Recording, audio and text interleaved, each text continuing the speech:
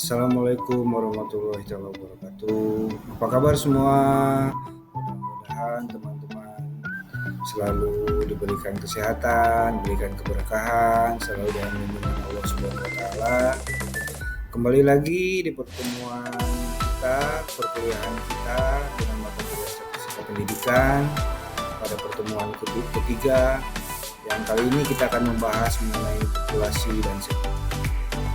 Sebelum kita mulai perkuliahan, ada baiknya kita berdoa agar kita bisa mendapatkan ilmu yang bermanfaat bagi kita semua, baik di dunia maupun di akhirat.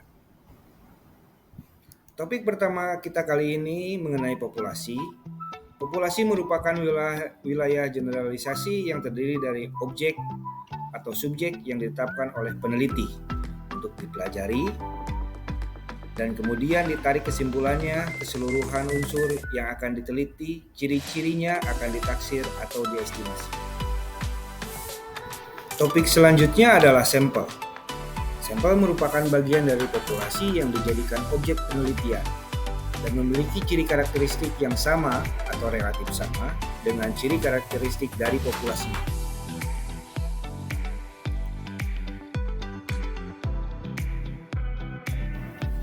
Jadi, antara populasi dan sampel saling berhubungan, dan sampel merupakan perwakilan atau representasi dari populasi dengan karakteristik yang relatif sama. Alurnya dimulai dari suatu populasi yang akan diteliti, kemudian ditentukan sampelnya sebagai perwakilan populasi, sehingga didapat temuan penelitian yang menggambarkan kondisi populasi.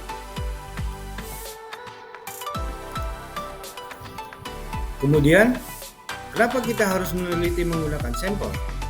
Karena keterbatasan waktu, biaya, dan sumber daya yang lain. Karena jika kita meneliti populasi langsung, maka kita akan memerlukan banyak biaya dan memerlukan lebih banyak sumber daya. Oleh karena itu, cukup menggunakan sampel sebagai perwakilan populasi. Penelitian terhadap sampel juga bisa lebih reliable dibanding terhadap populasi, karena elemen yang sedemikian banyaknya akan mengakibatkan kelelahan fisik dan mental dari para peneliti, sehingga akan menimbulkan banyaknya kekeliruan yang terjadi, sesuai dengan yang dikemukakan oleh Rumah Sekaran tahun 92. Prosedur penentuan sampel yang pertama adalah kita harus mengidentifikasi populasi target, yaitu populasi mana yang akan kita jadikan sebagai objek penelitian. Kemudian yang kedua adalah memilih kerangka sampel. Lalu selanjutnya adalah menentukan metode pemilihan sampel, di mana terdapat beberapa metode yang bisa dipilih untuk menentukan pemilihan sampel. Lalu selanjutnya adalah merencanakan prosedur pemilihan unit sampel. Dan tahapan setelah itu adalah menentukan ukuran sampel. Lalu tahap selanjutnya adalah menentukan unit sampel, dan yang terakhir adalah pelaksanaan kerja lapangan. Dan kali ini kita akan membahas mengenai salah satu rumus yang paling sering digunakan dalam penentuan sampel, yaitu rumus Levin.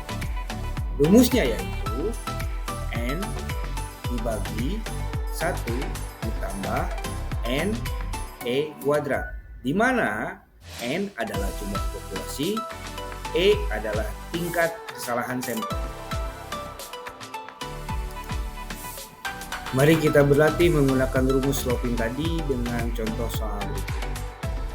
Misalkan kita akan meneliti pengaruh motivasi terhadap semangat belajar pada sekolah dasar Islam terpadu Al-Ikhlas dengan jumlah murid pada SDIT tersebut sebanyak 1.250 orang siswa dengan tingkat kesalahan pengambilan sampel sebesar 5%.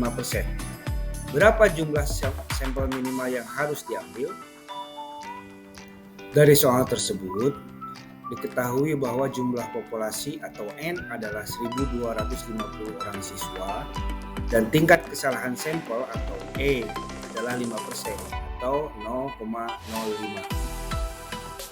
Dengan rumus yang sudah dijelaskan sebelumnya, jumlah sampel yang diperlukan adalah 1.250 orang populasi siswa dibagi dengan 1 ditambah 1.250 orang populasi siswa dikali dengan 5% tingkat kesalahan yang dikuadratkan. Maka hasilnya adalah 303,03 atau dibulatkan menjadi 303 orang siswa. Teknik melakukan sampling terbagi menjadi 2 garis besar, yaitu probability sampling dan non-probability sampling. Sedangkan probability sampling terbagi menjadi 4 metode dan non-probability sampling terbagi menjadi 5 metode. Untuk lebih jelas mengenai teknik sampling tersebut akan dijelaskan pada demikian mengenai penjelasan populasi dan sampel serta teknik sampling. Untuk lebih lanjut kita akan ketemu di video selanjutnya. Sekian dari kami, wallahul muwaffiq ila aqwamit thoriq. Wassalamualaikum warahmatullahi wabarakatuh.